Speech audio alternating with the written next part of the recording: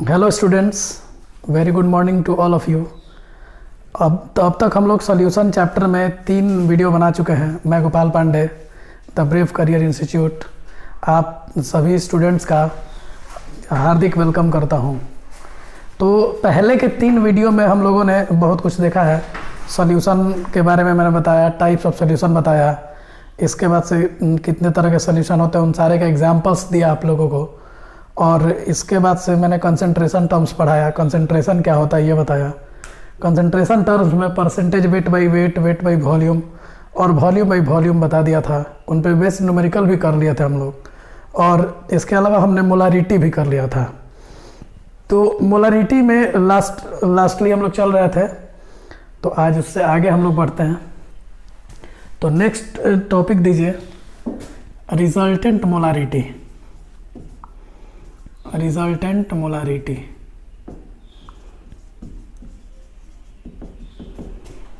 Molarity on mixing of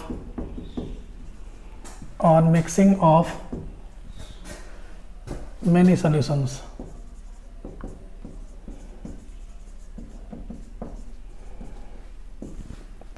तो चलिए देखिए, इसमें हम लोग करने क्या जा रहे हैं, रिजल्टेंट मोलारिटी कैलकुलेट करने जा रहे हैं।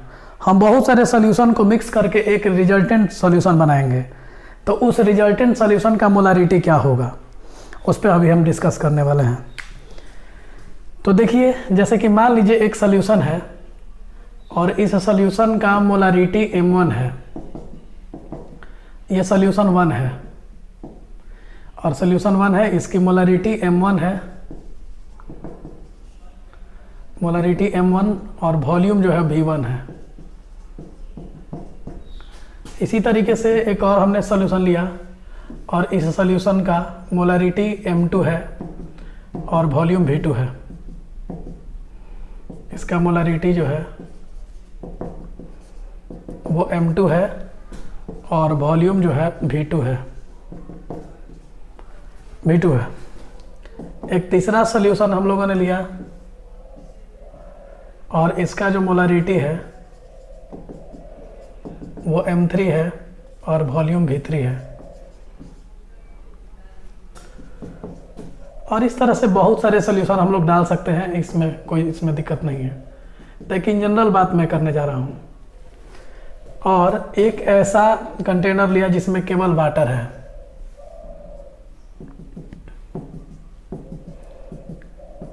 केवल वाटर है। तो इसका जो वॉल्यूम होगा वो VW है।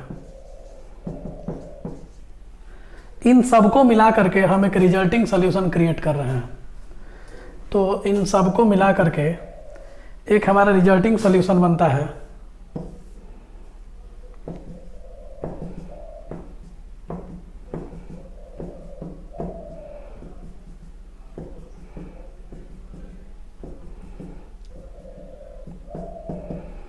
ये रिजल्टिंग सॉल्यूशन है, रिजल्टिंग सॉल्यूशन। और इसकी जो मोलारिटी है वो MR है। ये है तुम्हारा रिजल्टेंट मोलारिटी, मोलारिटी। तो हम लोगों को रिजल्टेंट मोलारिटी कैलकुलेट करना है कि रिजल्टेंट मोलारिटी क्या होगा। तो आप लोगों को पता है मोलारिटी इज इक्वल टू क्या होता है, number of moles of solute, number of moles of solute upon में volume of solution, volume of solution in litre. तो देखिए, अब यहां से number of moles of solute चाहिए हम लोगों को। तो आपको पता है, मैंने बताया भी था कि molarity is equal to N/V होता है। तो N इज इक्वल टू क्या लिख सकते हैं, M इंटू V, और N क्या है, नंबर ऑफ मोल्स है। Number of moles is equal to molarity into volume, और ये वॉल्यूम ऑफ सोल्यूशन है। तो आप बताओ, यहाँ से अगर पहले सोल्यूशन में जाओगे तो सोल्यूट का मोल कितना मिलेगा, तो M1 इंटू V1 हो जाएगा। इसका मोल कितना होगा, तो M2 इंटू V2 हो जाएगा। इसका कितना होगा, M3 इंटू V3 हो जाएगा। और इसमें तो कुछ सोल्यूट है ही नहीं, तो यहाँ से सोल्यूट का कोई मोल नहीं मिलने वाला है। तो इन सबको मिला करके मैंने एक रिजल्टिंग सोल्यूशन तैयार किया है। इनमें चारों सोल्यूशन को मैंने डिसॉल्व कर दिया है। तो अब जो सॉल्यूट होगा ये भी सॉल्यूट प्रेजेंट होगा, ये भी सॉल्यूट प्रेजेंट होगा, ये भी सॉल्यूट प्रेजेंट होगा और ये वाटर भी पूरा प्रेजेंट होगा। तो अगर हम टोटल मोल्स ऑफ सॉल्यूट की बात करेंगे तो सॉल्यूट के मोल सभी जगह से ले लेंगे। तो वहाँ से जो लिया मैंने वो m1 इंटू V1 हो गया और दूसरे से जो लिया वो m2 इंटू V2 हो गया और इससे जो लिया वो m3 इंटू V3 हो गया। अगर और भी सोल्यूशन होता m4 V4 हो जाता। तो इस तरह से आप जितना मर्जी उतना ले सकते थे, डॉट डॉट कर सकते थे। और अगर वॉल्यूम की बात करोगे तो वॉल्यूम में भी V1 plus V2 plus V3 plus V4 plus dot dot VW हो जाता। तो इस तरह से आप रिजल्टेंट मोलारिटी निकाल सकते हो। ये देखो पहले सॉल्यूशन का सॉल्यूट, दूसरे सॉल्यूशन का सॉल्यूट, तीसरे सॉल्यूशन का सॉल्यूट का ये तीनों मोल है। ये पहले सॉल्यूट का मोल, दूसरे सॉल्यूट का मोल, तीसरे सॉल्यूट का मोल, चौथे सॉल्यूट का मोल। तो जितने सॉल्यूशन आप मिलाना चाहो मिला सकते हो और मिलाने के बाद एक रिजल्टेंट सॉल्यूशन बनेगा और उस रिजल्टिंग सॉल्यूशन का एक रिजल्टेंट मोलारिटी कैलकुलेट करेंगे। और उसके लिए हम लोगों को सारा वॉल्यूम जोड़ना होगा नीचे में और फाइनली हम लोगों को VW जोड़ना होगा, मतलब वाटर का वॉल्यूम भी ऐड करना पड़ेगा। तो इस तरह से आप रिजल्टेंट मोलारिटी कैलकुलेट कर सकते हो। नोट कीजिए।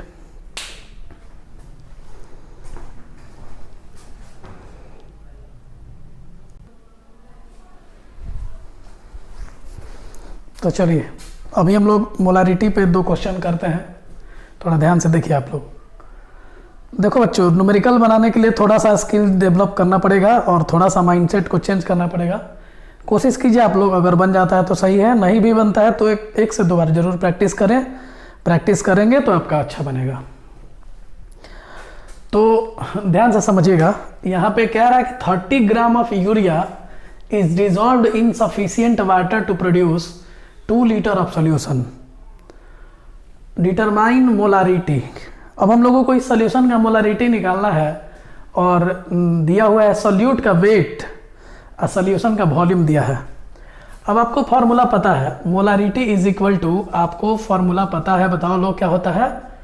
तो होता है बाबू number of moles of solute, number of moles of solute upon में volume of solution in litre, volume of solution in litre.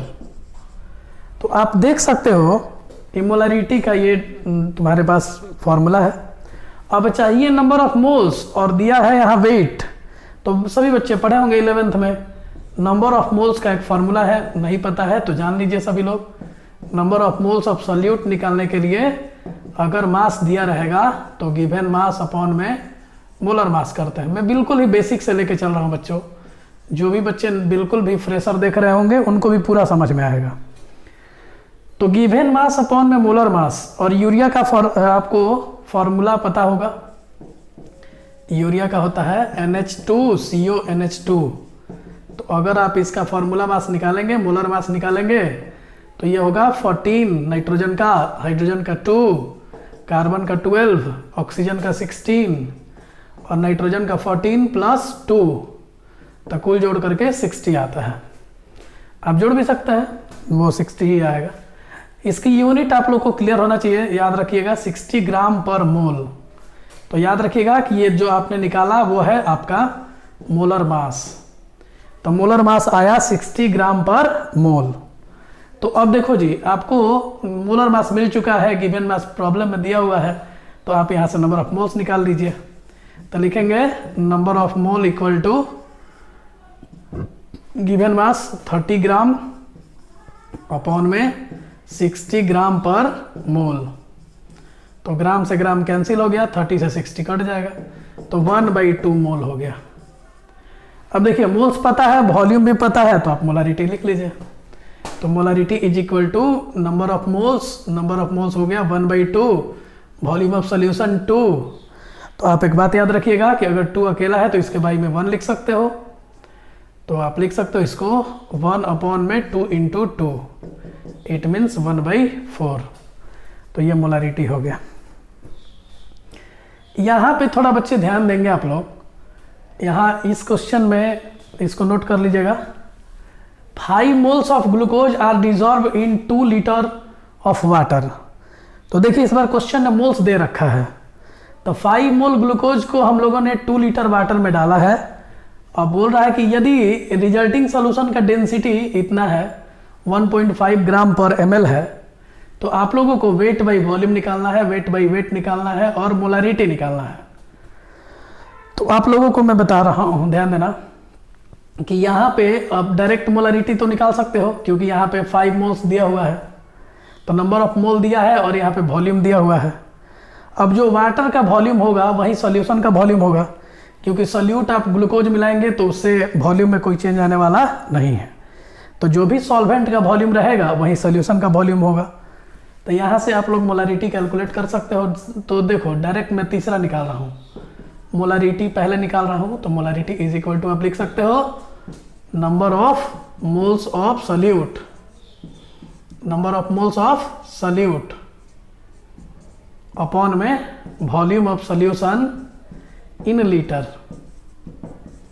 तो यहां से डायरेक्ट आपका निकल गया मोलारिटी 5/2, इट मीन्स 2.5। अब आप लोग को रिलेशन में बता दे रहा हूं, जिन बच्चों को नहीं पता होगा वो रिलेशन भी जान सकते हैं। तो रिलेशन होता है मोलारिटी, रिलेशन बिटवीन हेड ही दे देंगे, रिलेशन बिटवीन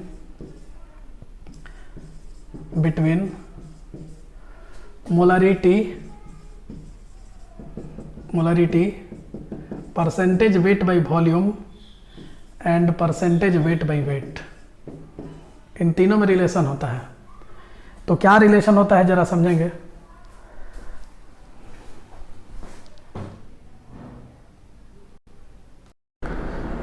तो देखो relation between percentage weight by wait, wait by volume and molarity, तो इन तीनों में मैं एक रिलेशन बताने जा रहा हूँ और ये बहुत बड़े बड़े क्वेश्चंस को भी इजीली बना देगा।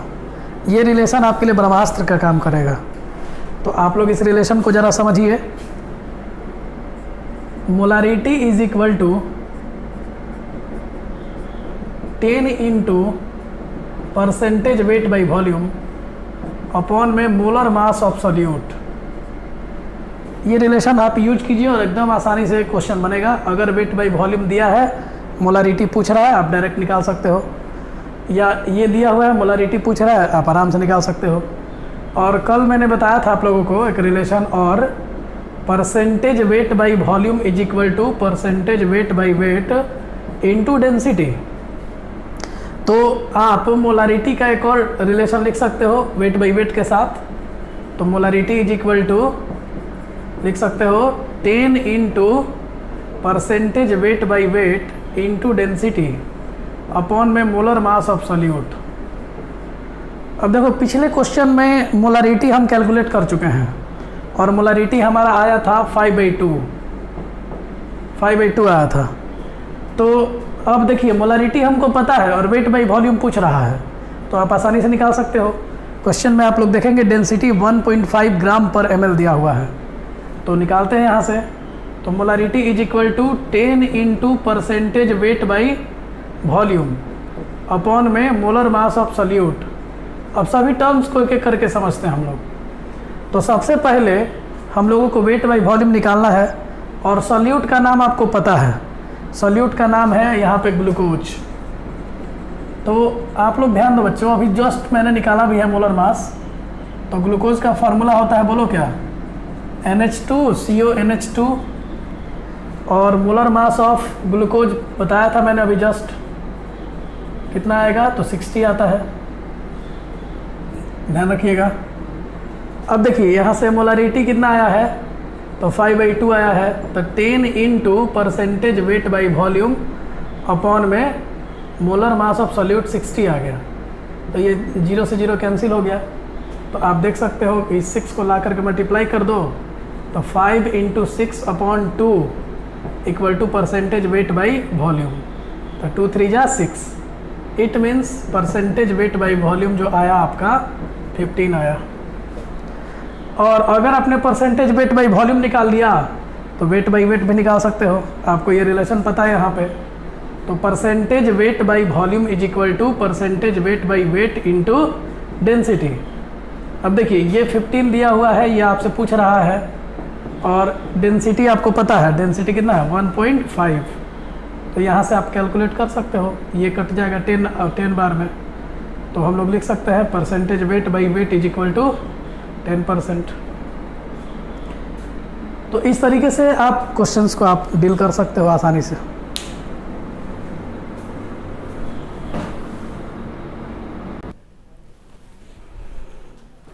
तो मोलारिटी कैलकुलेट कंप्लीट हुआ हमारा।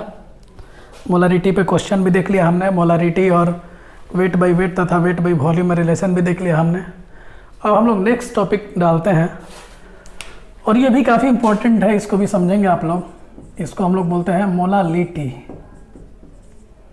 मोलालिटी को हम लोग एम से डिनोट करते हैं, स्मॉल एम से। तो वो कैपिटल एम से डिनोट करते थे और इसको स्मॉल एम से डिनोट करते हैं।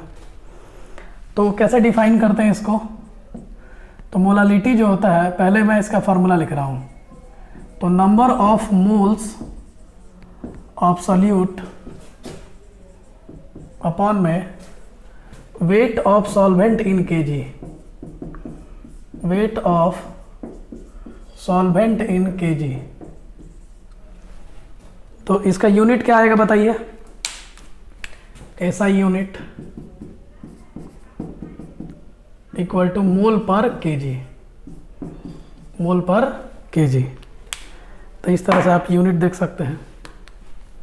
डिफाइन कैसे करोगे बच्चों? देखो, तो आप बोल सकते हो कि 1 केजी सॉल्वेंट में सॉल्यूट के कितने मोल डिजॉल्व है, उसको हम लोग मोलालिटी कहते हैं। 1 केजी सॉल्वेंट, जैसे कि मान लो कि 1 केजी पानी है तेरे पास, और 1 केजी पानी में तुमने सॉल्यूट का कितना मोल मिलाया है, अगर ये तुमको पता चल जाए कि 1 केजी पानी में तुमने कितना सॉल्यूट डिजॉल्व किया है, तो वो सॉल्यूशन की मोलालिटी होगी। तो हम लोग डिफाइन कर सकते हैं। तो it is defined as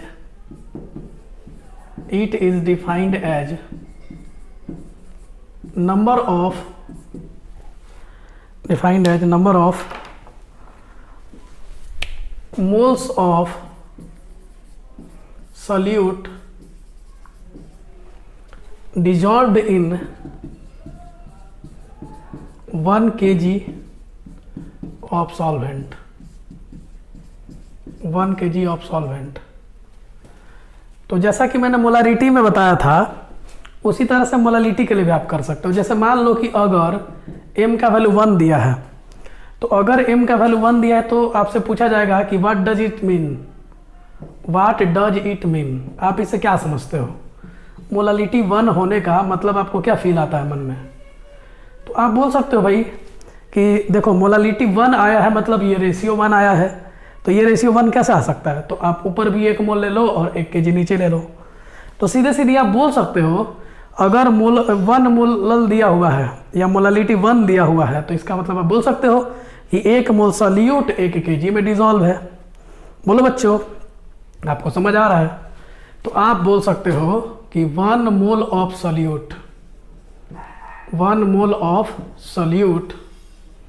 is dissolved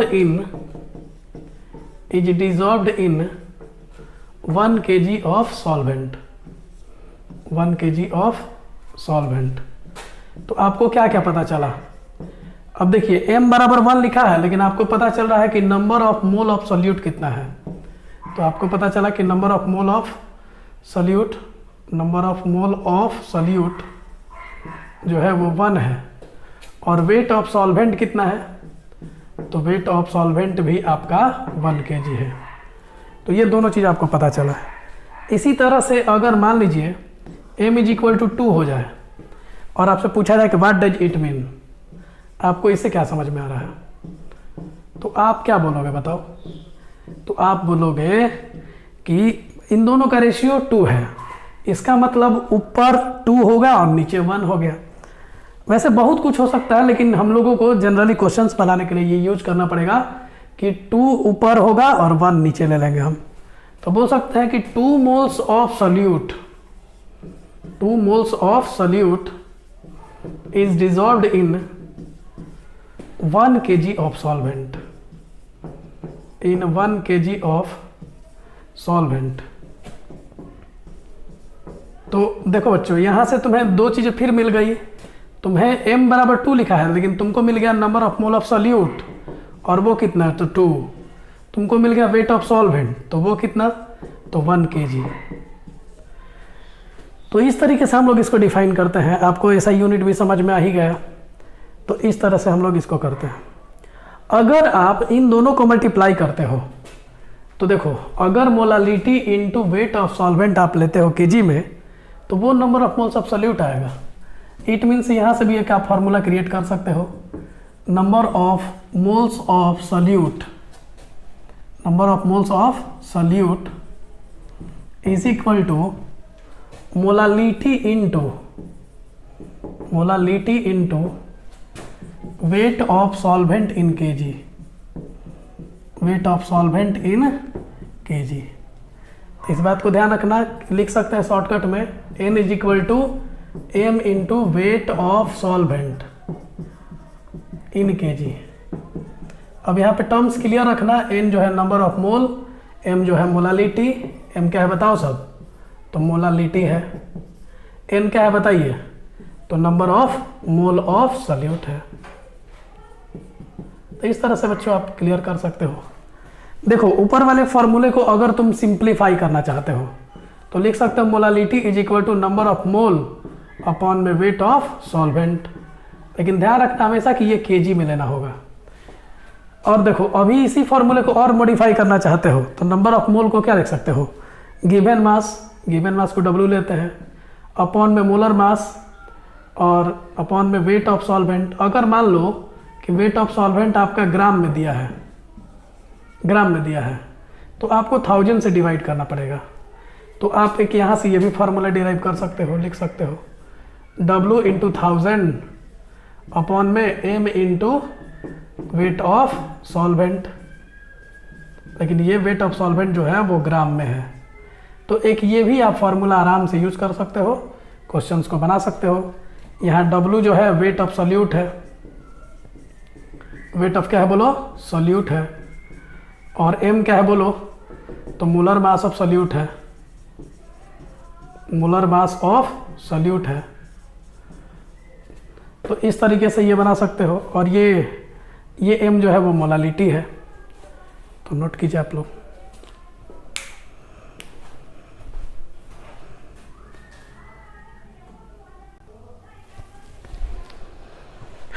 देखिए, इसके अलावा क्वेश्चंस में कभी कभी कुछ टर्म्स यूज किया जाता है, जैसे कि डेसीमोलर सॉल्यूशन, डेसीमोलल सॉल्यूशन। तो ऐसे अगर टर्म्स यूज किए जाएं तो इसके लिए हम लोग क्या करेंगे?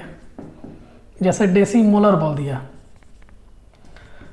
तो डेसीमोलर सॉल्यूशन ने बोल करके ये क्लियर कर दिया कि मोलारिटी आप 1/10 ले ले।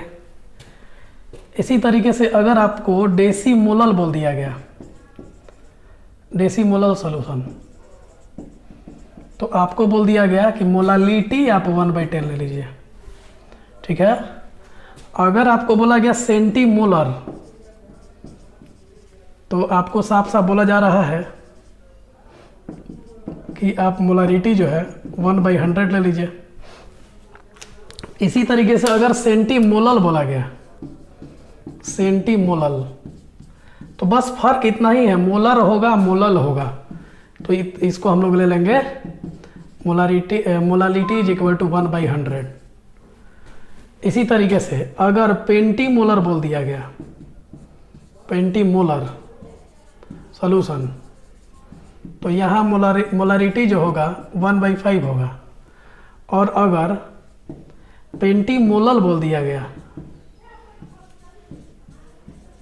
तो यहाँ ध्यान रखना कि मोलालिटी जो होगा 1/5 होगा।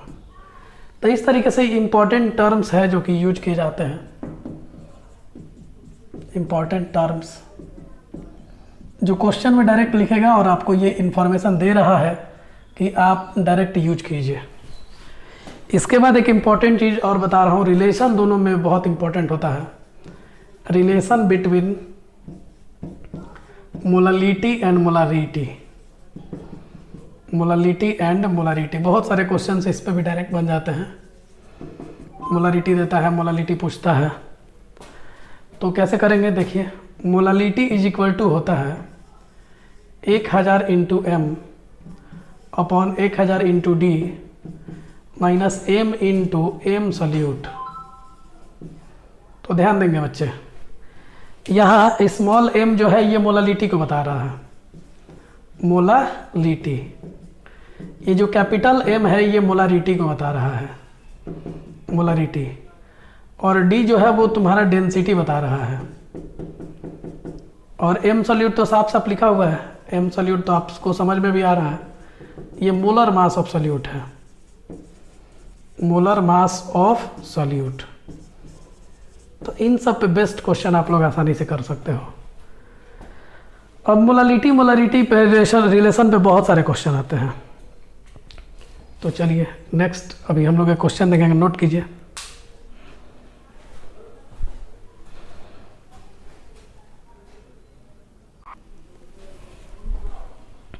देखिए क्वेश्चन आपके बोर्ड पे है, how much water should be added in 500 ml of semi molar HCl solution to make it decimolar solution. Question है कि कितना पानी ऐड किया जाए 500 ml सेमी मोलर सॉल्यूशन में ताकि ये डेसीमोलर सॉल्यूशन बन जाए। तो देखिए क्वेश्चन में कहीं भी मोलारिटी का नाम नहीं लिखा है, लेकिन उसने टर्म्स यूज किया है, एक टर्म यूज किया है सेमी मोलर और एक टर्म यूज किया है डेसीमोलर। तो यही मैं इधर समझा रहा था, ये इंपॉर्टेंट टर्म्स के माध्यम से कि आप इसको क्लियरली समझें। तो देखिए यहाँ पे सेमी मोलर लिखते ही सॉल्यूशन देखो इसका, तो सेमी मोलर वर्ड बोलते ही आपको समझ लेना है कि मोलारिटी आपको बता दिया 1/2। अच्छा इसके बाद बोला डेसीमोलर, तो डेसीमोलर अभी जस्ट मैंने बताया था कि डेसीमोलर बोलते ही इसने बोल दिया कि मोलारिटी आप कर लो 1/10। तो बोला है कि कितना वाटर ऐड करे 500 ml सॉल्यूशन में ताकि वो डेसीमोलर बन जाए। तो देखो ये डाइल्यूशन का क्वेश्चन हो गया। अब आपको यही पहचानना है कि कैसे किस चीज़ को कहाँ इम्प्लीमेंट करें हम। तो आपको यहाँ समझ में आना चाहिए, क्योंकि ये वाटर ऐड करने की बात हो रही है, तो वाटर ऐड करना ही डाइल्यूशन कहा जाता है। तो मैंने जो टॉपिक पढ़ाया था डाइल्यूशन ऑफ सॉल्यूशन, वहाँ दिमाग तुरंत क्लिक कराइए आप और सोचिए, ये पूछ रहा है कि वाटर कितना ऐड करें। तो वहाँ आप जाएंगे तो मैंने कॉन्सेप्ट समझाया था कि अगर किसी एक सॉल्यूशन में आप वाटर डालते हो तो जो रिजल्टिंग सॉल्यूशन बनेगा उसका number of mole of solute change नहीं करेगा, number of mole of solute change नहीं करेगा, क्योंकि आप तो वाटर ऐड कर रहे हो और वाटर है क्या, तो वाटर सॉल्वेंट है। तो वाटर अगर सॉल्वेंट है और वाटर ही आप मिला रहे हो तो सॉल्यूट पे कोई चेंज होने वाला नहीं है। और वहाँ मैंने एक रिजल्ट फार्मूला दिया था M1V1 is equal to M2V2, क्योंकि आपको पता है कि मोलारिटी इज इक्वल टू क्या होता है, number of mole by volume. तो आप यहाँ से N क्या लिख सकते हो, M इंटू V। अब आपको देखो पता है M और V दोनों पता होगा, तो आप बोल सकते हो कि नंबर ऑफ मोल कांस्टेंट है। तो मान लो कि किसी टाइम मोलारिटी M1 हुआ तो वॉल्यूम V1 होगा। तो इसी तरह दूसरे सोल्यूशन में नंबर ऑफ मोल तो कांस्टेंट रहेगा, लेकिन मोलारिटी M2 होगा और वॉल्यूम क्या होगा, V2 होगा। तो आप डायरेक्ट ये फार्मूला अप्लाई करो, M1 into V1 equal to M2 into V2। तो देखो जी आपको दिख रहा है साफ साफ कि शुरू में कह रहा है कि कितना वाटर ऐड करे ताकि सेमी मोलर डेसीमोलर बन जाए। इट मीन्स आपको M1 दे दिया है और M2 दे दिया है, M1 दे दिया और M2 दे दिया। अच्छा V1 भी आपको पता है 500 ml है, तो पूछ रहा है कि कितना पानी डालें।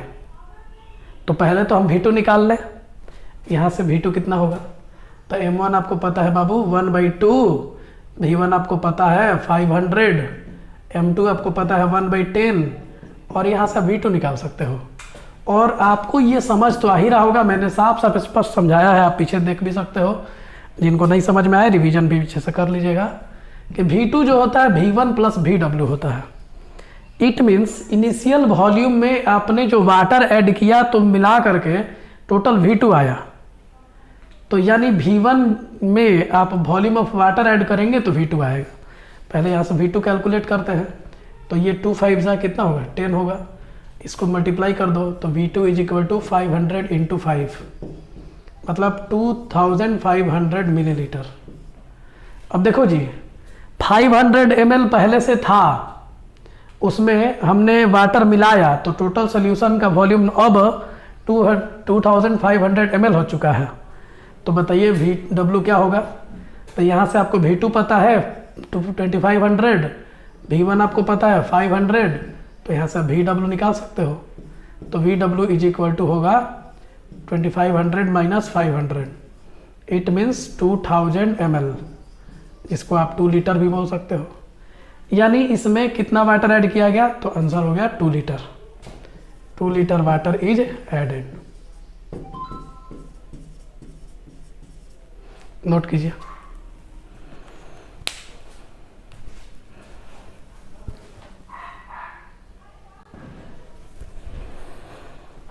देखिए, तो अभी रिलेशन बताया मैंने आपको मोलालिटी और मोलरिटी में।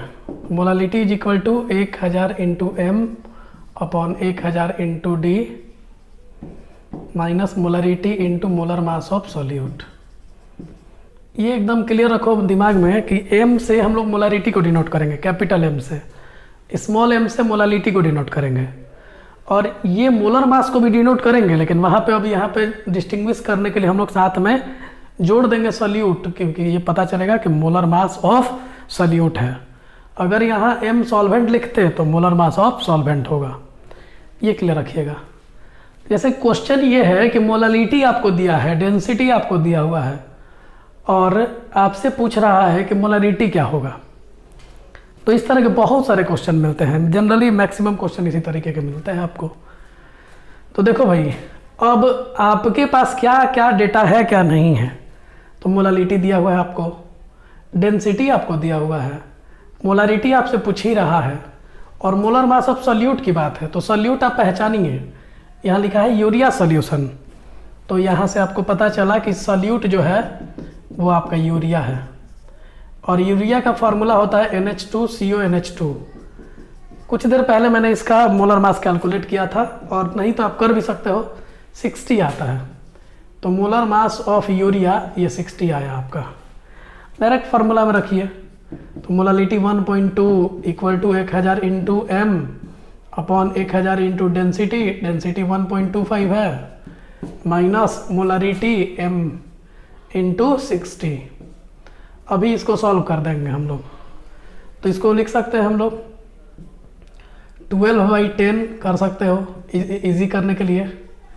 1000 एम अपॉन में 1000 इंटू 125/100 कर दो, इजी हो जाएगा, माइनस एम इंटू 60 कर दो, ये भी इजी हो जाएगा। अब देखो जी, 20 से 20 कैंसिल हो गया। अब जो बच्चे नहीं जानते हैं वो ध्यान दें। अब वैसे भी इसमें कुछ करना, ये तो सिंपल कैलकुलेशन हो गया। आप इसको इधर ले आ दीजिए और इसको इधर ले जाइए।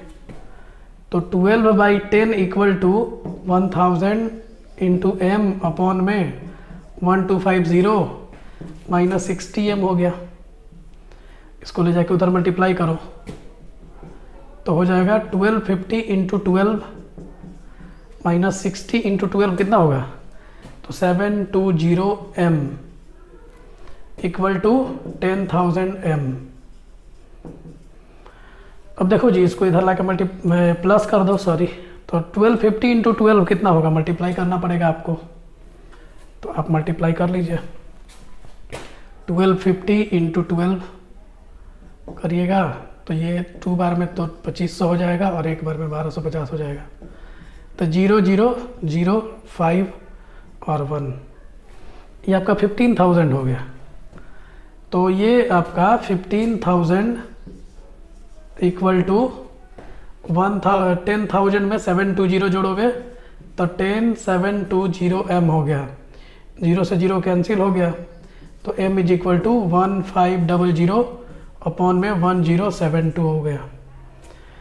ये हो जाएगा 750 और ये हो जाएगा आपका 536। अभी और डिवाइड कर सकते हो, 375 होगा और ये हो जाएगा कितना, तो 2 2 जा 4, 2 6 जा 12, 2 8 जा 16, तो ये हो गया आपका। अभी इसको सॉल्व कर लो तो 1 पॉइंट करके कुछ आएगा, तो इस तरीके से आप कर सकते हो। तो मोलालिटी और मोलारिटी के रिलेशन पे इस तरह से न्यूमेरिकल्स आते हैं और वो आसानी से आप कर सकते हो। अब हम लोग नेक्स्ट टॉपिक स्टार्ट करते हैं और वो है हमारा मोल फ्रैक्शन। मोल फ्रैक्शन देखो सबसे इजी ये टॉपिक है और एकदम आसानी से ध्यान से समझोगे। ध्यान से समझिए, काफ़ी थोड़ा मेहनत कीजिए और क्वेश्चंस बनाने की कोशिश कीजिए। एनसीईआरटी के क्वेश्चंस भी बनेंगे। नेक्स्ट लेक्चर में मैं आपको एनसीईआरटी का होमवर्क दे दूंगा। देखो तो मोल फ्रैक्शन को हम लोग एक्स से डिनोट करते हैं, एक्स से डिनोट करते हैं। ये होता क्या है, तो इट इज ए रेशियो। ये क्या है बताओ, इट इज द रेशियो। तो बोलेंगे it is the ratio of, it is the ratio of number of mole of solute और number of moles of solute और number of moles of solvent to the number of moles of solution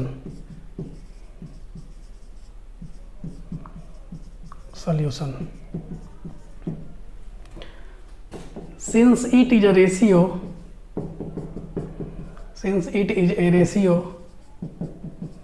so it has no any unit,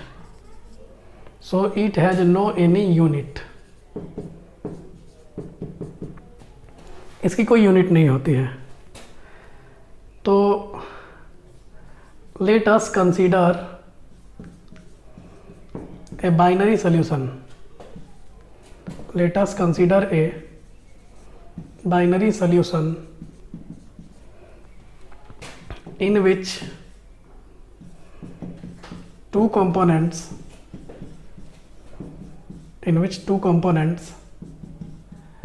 A and B are present,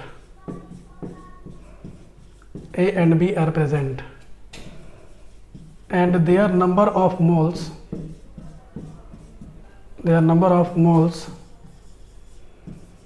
are respectively Na and Nb, and their mole fractions are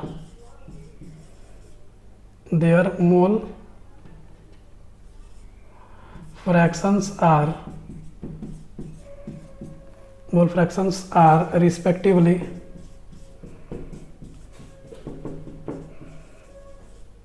XA and XB। देखो ये समझाना क्या चाहते हैं, इसमें हम बोल रहे हैं कि मान लिया कि एक बाइनरी सॉल्यूशन है। बाइनरी सॉल्यूशन का मतलब आपको पता है कि वैसा सॉल्यूशन जिसके दो कंपोनेंट होते हैं उसे बाइनरी सॉल्यूशन कहते हैं। तो मान लिया कि एक बाइनरी सॉल्यूशन है और इसके दो कंपोनेंट ए और बी हैं, तो और ये दोनों प्रेजेंट है और इनके नंबर ऑफ मोल्स Na और Nb है।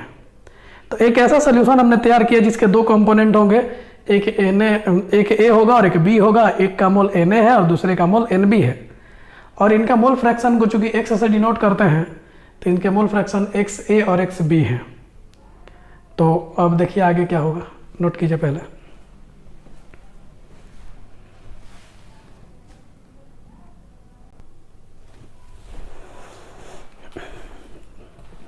तो देखिए अब XA से और XB से हम लोग दोनों को डिनोट कर रहे हैं, दोनों कंपोनेंट है।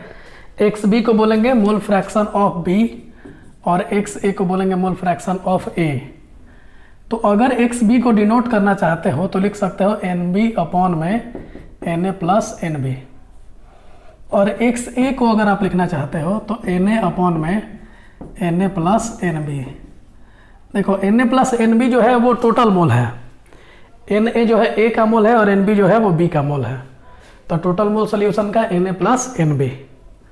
अगर आप XA प्लस XB करते हो, XA प्लस XB अगर आप करते हैं तो क्या आएगा, देखो Na upon Na plus NB plus NB upon में Na प्लस NB। तो दोनों का LCM जो होगा वो Na प्लस NB होगा। तो यहाँ से आप Na ले सकते हो और यहाँ से आप Nb ले सकते हो। तो ऊपर और नीचे दोनों सेम आया तो कट के 1 हो जाएगा। तो यानी XA प्लस XB जोड़ करके 1 आएगा। तो XA बराबर आप 1 माइनस XB लिख सकते हो या XB बराबर आप 1 माइनस XA लिख सकते हो। इसी तरीके से अगर मान लो आपने 3 कंपोनेंट ले लिया, मान लो लेट 3 कंपोनेंट्स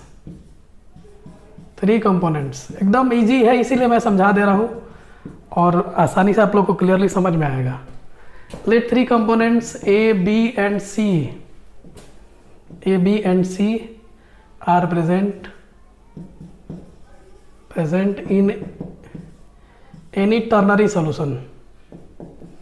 देखो जी, 3 कंपोनेंट प्रेजेंट होते हैं तो टर्नरी सॉल्यूशन कहते हैं उसको, ternary solution.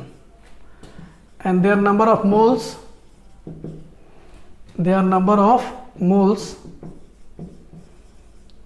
Are Na, Nb and Nc, and their mole fractions are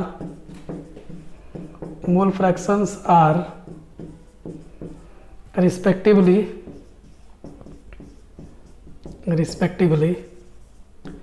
XA, XB and XC। Then हम क्या क्या लिख सकते हैं, देखो तो XA की जगह आप क्या लिख सकते हो, XA की जगह लिख सकते हो Na अपॉन में Na plus Nb plus Nc। इसी तरीके से XB की जगह आप क्या लिख सकते हो, तो लिख सकते हो Nb अपॉन में Na plus Nb plus Nc। और XC की जगह क्या लिख सकते हो, XC की जगह लिख सकते हो Nc upon Na plus Nb plus Nc। तो 4 कंपोनेंट हो तो भी कर सकते हो, 5 कंपोनेंट कोई दिक्कत नहीं है, एकदम सिंपल रेशियो है। जिसका मोल फ्रैक्शन निकालना चाहते हो उसका मोल ऊपर रख दो और अपॉन में सबका मोल। अब देखो जी, अगर आपने तीनों को ऐड कर दिया XA plus XB plus XC तो आपका क्या क्या होगा बताओ, Na अपॉन में Na plus Nb plus Nc plus Nb upon में Na plus Nb plus Nc। और XC की जगह क्या कर सकते हो बोलो, तो Nc upon Na plus Nb plus Nc, ये कर सकते हो। अब तीनों का अगर LCM आपने लिया तो Na plus Nb plus Nc आएगा। यहाँ से Na मिलेगा, यहाँ से Nb मिलेगा और यहाँ से Nc मिलेगा, तो कैंसिल हो करके और जोड़ करके 1 आएगा। तो XA plus XB plus XC, तो लिख सकते हैं XA plus XB plus XC equal to 1। तो यहाँ से आप क्या क्या लिख सकते हो, XA प्लस XB बराबर 1 माइनस XC लिख सकते हो, XA plus XC equal to 1 minus XB लिख सकते हो, या XB plus XC equal to 1 minus XA लिख सकते हो।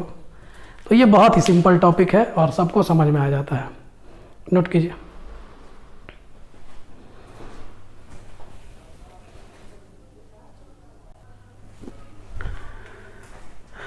तो मोलालिटी और मोल फ्रैक्शन के बीच में आपके सामने एक रिलेशन यहाँ देखिए लिखा हुआ है। मोलालिटी और मोल फ्रैक्शन के बीच में रिलेशन काफ़ी इंपॉर्टेंट रिलेशन है। देखो बाबू, टोटल 5 रिलेशन मैंने बताया है, अभी तक जितना कंसंट्रेशन टर्म पढ़ाया उसके लिए 5 रिलेशन बहुत ज़्यादा है, इससे ज़्यादा आपको ज़रूरत नहीं है। बहुत सारा रिलेशन बुक्स में आपको मिलेगा, डिफरेंट तरीके से लिखा रहेगा, लेकिन ये 5 अगर आपने ब्रह्मास्त्र की तरह यूज कीजिए एकदम कोई भी क्वेश्चन छूटेगा नहीं। तो मोलालिटी और मोल फ्रैक्शन के बीच में एक रिलेशन है, molality is equal to X solute upon X solvent into 1000 upon में M सॉल्वेंट। मैंने पहले भी बोला था कि M सॉल्वेंट का मतलब molar mass of solvent, M solute का मतलब मोलर मास ऑफ सॉल्यूट, क्योंकि ये मोलारिटी का भी रिप्रेजेंटेशन है, इसलिए कंफ्यूजन ना हो, इसीलिए मैंने M के साथ M सॉल्वेंट लिख दिया है। अब ये जो क्वेश्चन मैंने आपको दिया है ये बिना रिलेशन के आपका बनेगा ही नहीं, सारा रिलेशन दिए हुए है, आसानी से बनेगा। वैसे भी बन सकता है लेकिन उतना मेहनत कीजिएगा, लेकिन अगर रिलेशन यूज कीजिएगा तो डायरेक्ट आपका बन जाएगा। तो एक एक करके हम लोग इन दोनों क्वेश्चंस को करेंगे। पहले तो ये इजी क्वेश्चन करते हैं हम लोग, क्वेश्चन नंबर 1 को बाद में करेंगे, पहले क्वेश्चन नंबर 2 को करते हैं। 30 gram of urea is dissolved in 45 gram of water, determine percentage weight by wait, और दूसरा एक्स यूरिया मतलब यूरिया का मोल फ्रैक्शन और वाटर का मोल फ्रैक्शन। तो यूरिया यहाँ सॉल्यूट है और ये तुम्हारा सॉल्वेंट है। देखो बच्चों, यहाँ से अगर आपको परसेंटेज वेट बाई वेट निकालना है तो आपको पता है वेट बाई वेट अब तो आदत हो गया होगा।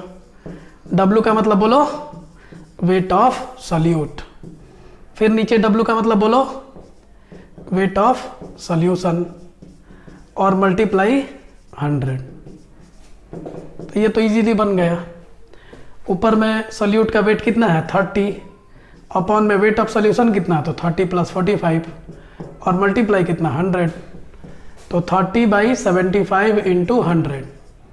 इट मीन्स हो गया 25 3 जा 75, 4 जा 100, 3 10 जा 30। तो ये आपका 40% आ गया। तो ये तो आसान था। अभी आपको एक्स यूरिया कह रहा है और एक्स वाटर कह रहा है। आपको पता है एक्स यूरिया आप कैसे निकालिएगा।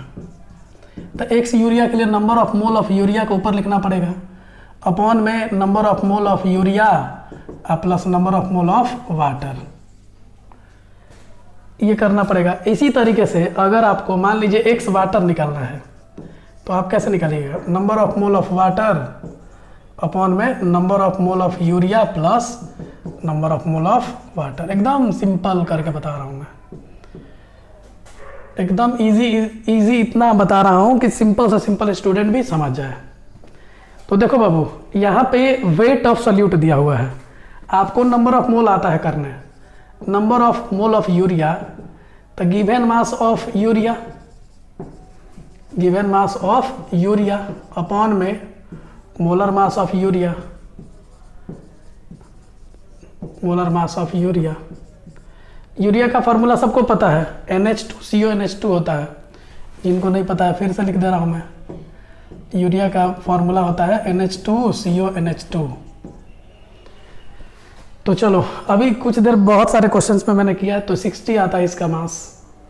तो गिवन मास यूरिया का कितना 30 ग्राम है और मोलर मास का यूनिट मैंने बताया था 60 ग्राम पर मोल। ये ध्यान रखेंगे, बहुत सारे बच्चे बिल्कुल ये ध्यान नहीं रखते हैं, तो इसको ध्यान रखना होगा। ये 1/2 मोल आया। इसी तरीके से आप number of mole of water भी ले सकते हो, और number of mole of water में भी यही फॉर्मूला लगाओगे, given mass of water upon molar mass of water. तो गिवन मास ऑफ वाटर कितना है 45 ग्राम। सबको पता है यार H2O होता है, H2O का ऑक्सीजन का 16 और हाइड्रोजन का 2, तो 18 हो गया। तो 18 ग्राम पर मोल। तो ग्राम से ग्राम कैंसिल, 9 2 जा 18, 9 5 जा 45, तो 5/2 मोल हो गया। तो इस तरीके से आप देख सकते हो कि दोनों का नंबर ऑफ मोल्स निकल गया। अब आप एक्स यूरिया लिख सकते हो। एक्स यूरिया के लिए क्या लिखेगा, तो number of mole of urea कितना है, तो number of mole of urea 1/2 है, और number of mole of urea plus number of mole of water, तो 1/2 प्लस 5/2, दोनों का एलसीएम 2 2, तो 1 + 5। तो डायरेक्ट करता हूँ, इतना तो आप लोग करते ही होगे, कर सकते हो। तो 1/2 अपॉन 6/2, तो ये 2 से 2 कैंसिल हो जाएगा और 1/6 बच जाएगा, 1/6। नोट कीजिए, ऐसे नोट कर लीजिए, फिर बताता हूँ मैं।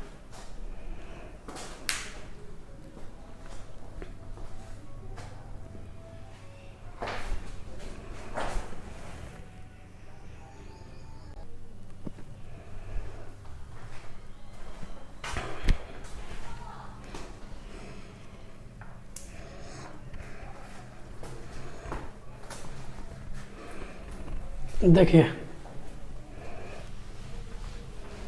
तो एक्स यूरिया आप लोगों ने निकाल लिया, लास्ट में मैंने कैलकुलेट कर लिया। तो 1 पहला गुना चौथा और दूसरा गुना तीसरा करते हैं, और इससे 2 2 कैंसिल हो गया, तो 1/6 आ गया। अब एक्स वाटर अगर आप निकालना चाहते हो तो वाटर का मोल ऊपर में अपॉन में टोटल मोल। तो टोटल मोल के लिए आप क्या करेंगे, तो दोनों का मोल जोड़ देंगे। तो इसको भी आपने सॉल्व किया, बहुत ईजी है यार, 2 से 2 कैंसिल हो जाएगा, तो 5/6 होगा। तो इस तरीके से आप फॉर्मूले पे पुट करके तो निकाल ही सकते हो। लेकिन अगर आप डायरेक्ट भी चाहते कि एक का हमको मोल फ्रैक्शन मिल गया तो दूसरे का भी पता चल जाए, तो उसके लिए उपाय ये है कि आपको ये पता होना चाहिए कि दोनों का मोल फ्रैक्शन जोड़ के 1 आता है, किसी सोल्यूशन में 3 कंपोनेंट है तो तीनों का मोल फ्रैक्शन जोड़ के 1 आएगा। किसी सोल्यूशन में 5 कंपोनेंट है तो फिर भी मोल फ्रैक्शन जोड़ के 1 आएगा। तो ये बात ध्यान रखें कि सोल्यूशन में जितने भी कंपोनेंट होंगे सबका मोल फ्रैक्शन जोड़ के 1 आता है। तो यहाँ से अगर आप दिमाग लगाते तो x urea plus x water is equal to 1 हो गया। तो अब बताओ, एक 1/6 पता है तो x वाटर जोड़ के 1 ला दीजिए, तो यानी x वाटर कैसे निकलेगा, मोल फ्रैक्शन ऑफ वाटर, तो 1 में से 1/6 को घटा लीजिए तो डायरेक्ट 5/6। तो याद रखना इस बात को यार कि अगर 2 कंपोनेंट है, एक का मोल फ्रैक्शन पता है तो दूसरे का मोल फ्रैक्शन के लिए 1 में से घटा लोगे। क्लियर है? आइए अब इस क्वेश्चन को जब हम करेंगे तो इस क्वेश्चन से आपका सारा कॉन्सेप्ट क्लियर हो जाएगा। अभी तक जितने चीज मैंने पढ़ाया है सबको इस क्वेश्चन में ऑलमोस्ट डाल दिया है। तो देखो, mole fraction of I2 in benzene. देखो बाबू, बेंजीन जो है वो एक सॉल्वेंट का काम करता है, और वैसे भी तुम पढ़ सकते हो I2 इन बेंजीन। जिनको नहीं पता है, आयोडीन सॉलिड होता है तो, और ये तुम्हारा बेंजीन लिक्विड होता है, तो सॉलिड इन लिक्विड का ये सॉल्यूशन हुआ। तो ये ध्यान रखना। तो बोल रहा है कि mole fraction of I2 in benzene is 0.2। तो क्वेश्चन में आते हैं, ध्यान दीजिएगा इसका सॉल्यूशन कैसे करेंगे हम लोग। तो सबसे पहले ये बताओ कि x से तुमको I2 मिल गया, x I2 कितना दिया है 0.2। अभी मैंने ऊपर में लिखा हुआ है तो x I2 plus x benzene, तो ये जोड़ करके कितना आएगा बताओ बाबू, 1 आएगा। तो ये 0.2 plus x benzene equal to तुम्हारा कितना हो जाएगा 1। तो बोलो x बेंजीन यहाँ से कितना कैलकुलेट कर लिया मैंने, तो 0.8। डायरेक्ट कर रहा हूँ, आप कर भी सकते हो, 1 माइनस 0.2 तो ये 0.8 हो जाएगा। तो ये ध्यान रखिएगा कि x बेंजीन आपने निकाल लिया और वो 0.8 आया, यानी x I2 आपको मिल चुका है और x बेंजीन भी आपको मिल चुका है। तो देखिए, अब मोल फ्रैक्शन पता था, वहां से मैंने 2 चीज पता किया, x I2 पता किया और x बेंजीन पता किया। अब अभी जस्ट मैंने मोलालिटी और मोल फ्रैक्शन में रिलेशन लिखा था। मोलालिटी इज इक्वल टू, बोलो क्या, तो x सॉल्यूट अपॉन में x सॉल्वेंट और into 1000 upon molar mass of solvent. सभी बच्चे ध्यान देंगे, ये मैंने रिलेशन बताया था आपको। अब देखिए, आपको पता है चल गया यहाँ से कि सॉल्यूट कम है, सॉल्वेंट ज़्यादा है, तो ये सॉल्वेंट होगा और ये सॉल्यूट होगा। आप इसमें रखिए, मोलालिटी निकलेगा। तो मोलालिटी इज इक्वल टू आप रख सकते हो, एक्स सॉल्यूट कितना है बताओ, तो एक्स सॉल्यूट 0.2 है। एक्स सॉल्वेंट कितना है बताओ, तो 0.8 है, इनटू 1000 अपॉन में मोलर मास ऑफ सॉल्वेंट। अब बताओ बेंजीन का मोलर मास कितना होगा, एम बेंजीन अगर आपको निकालना हो तो बेंजीन का C6H6 होता है, तो C6H6 का मोलर मास कितना होगा, तो 12 इंटू 6 आपके लिए कर रहा हूँ, मेरे को तो याद है, 72 प्लस 6 मतलब 78 होगा। तो ये मोलर मास 78 आया, तो यहाँ 78 रख दीजिए। तो 2/8 इंटू 1000 अपॉन 78, तो ये 2 4 जा 8, 4 से ये 250 होगा, तो 250 अपॉन में 78, ये आपका मोलालिटी कैलकुलेट हो गया। अब आपको पता है कि मोलालिटी और मोलारिटी में क्या रिलेशन होता है, तो molality is equal to 1000 into M upon में 1000 into D minus M into molar mass of solute. देखो बाबू, अब यहाँ मोलर मास ऑफ सॉल्यूट की बात आ रही है, वहाँ मोलर मास ऑफ सॉल्वेंट चाहिए होता है मेरे को, तो मोलर मास ऑफ सॉल्यूट भी कैलकुलेट कर सकते हो। आपको मोलारिटी निकालना है, डेंसिटी क्वेश्चन में दिया है, मोलारिटी आपने निकाल लिया है, तो मोलर मास ऑफ सॉल्यूट पहले करते हैं। तो मोलर मास ऑफ सॉल्यूट की जगह मोलर मास ऑफ I2 बोल सकते हो, और आयोडीन का 127 होता है, तो मोलर मास ऑफ आयोडीन बराबर 127 ग्राम पर मोल, ये ध्यान रखना। Molar mass of iodine, molar mass of iodine. तो अब बताओ, तो 127 और 127 कितना हो जाएगा, 254 ग्राम पर मोल, ध्यान रखिएगा। अब देखिए, अब इजीली बन जाएगा, m का वैल्यू 250 अपॉन में 78 equal to 1000 into M upon में 1000 इंटू डी, डी का वैल्यू कितना दिया है तो 1.2 दिया है। अब देखिए यहाँ से 1000 इंटू डी हो गया माइनस एम, एम तो कैलकुलेट करना है, मोलर मास ऑफ सॉल्यूट तो 254 होता है। अब इसको सॉल्व कीजिए और आसानी से बनेगा आपका। तो एक और स्टेप मैं कर रहा हूँ, 250 अपॉन में 78 equal to 1000 into M upon में ये पॉइंट से एक ज़ीरो कैंसिल होगा तो 1200 माइनस 254 इंटू एम। नोट कीजिए।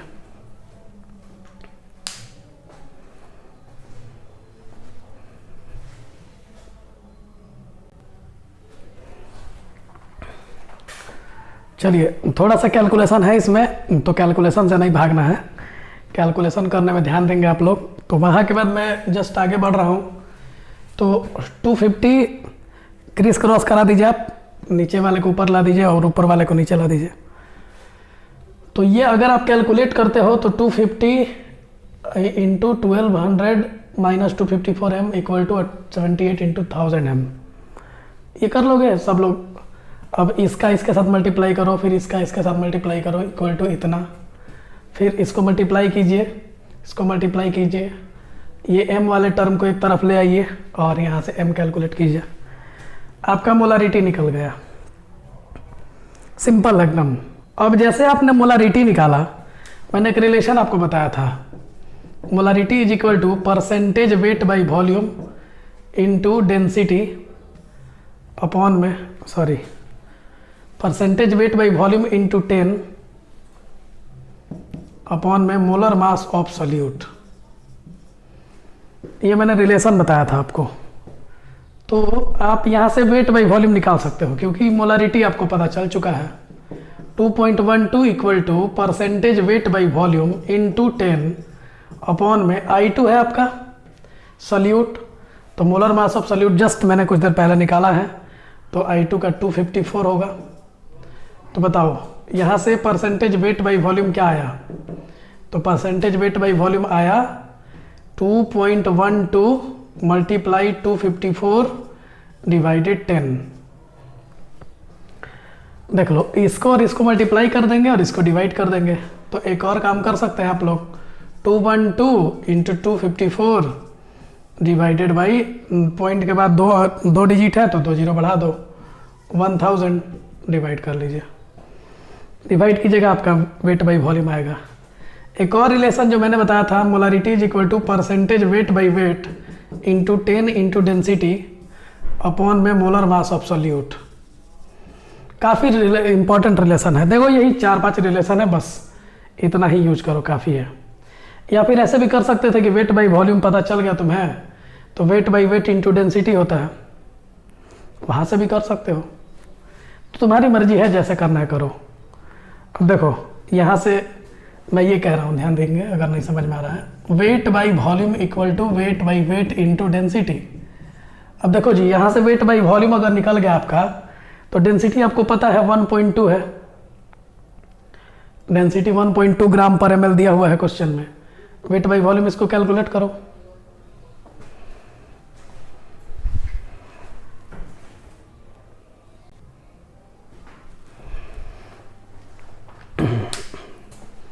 तो यहाँ से आप इसको सॉल्व करेंगे, 2.12 equal to percentage weight by volume into 10 upon 254। Molarity पता है आपको, वेट बाई वॉल्यूम आपको, ये वेट बाई वॉल्यूम कैलकुलेट करना है, और ये 10 तो रहेगा ही, मोलर मास ऑफ सॉल्यूट 254 हो गया। तो इस तरह से आप वेट बाई वॉल्यूम निकालने के लिए इसको इससे मल्टीप्लाई करके इससे डिवाइड कर दो। तो यहाँ मैंने एक तरीका बताया कि पॉइंट के बाद 2 डिजिट है तो 2 जीरो बढ़ जाएगा तो 1000 होगा। तो इसको जब मैंने कैलकुलेट किया तो इतना आया, तो 53.848 आ रहा है। तो आपको पता है, अप्रोक्सीमेशन ले सकते हो, 48 को आप 5 लिख सकते हो, 53.85 ये आपका आ गया परसेंटेज वेट बाई वॉल्यूम। अब आपके पास 2 तरीके हैं, आप या तो मोलारिटी से डायरेक्ट वेट बाई वेट निकालो, और नहीं तो आपको निकालना है तो ऐसे भी निकाल सकते हो। तो ऐसे अगर निकालना चाहते हो तो इजी है, वेट बाई वॉल्यूम निकाल लिया आपने, वेट बाई वेट निकालना है और डेंसिटी पता है, डिवाइड कर दीजिए।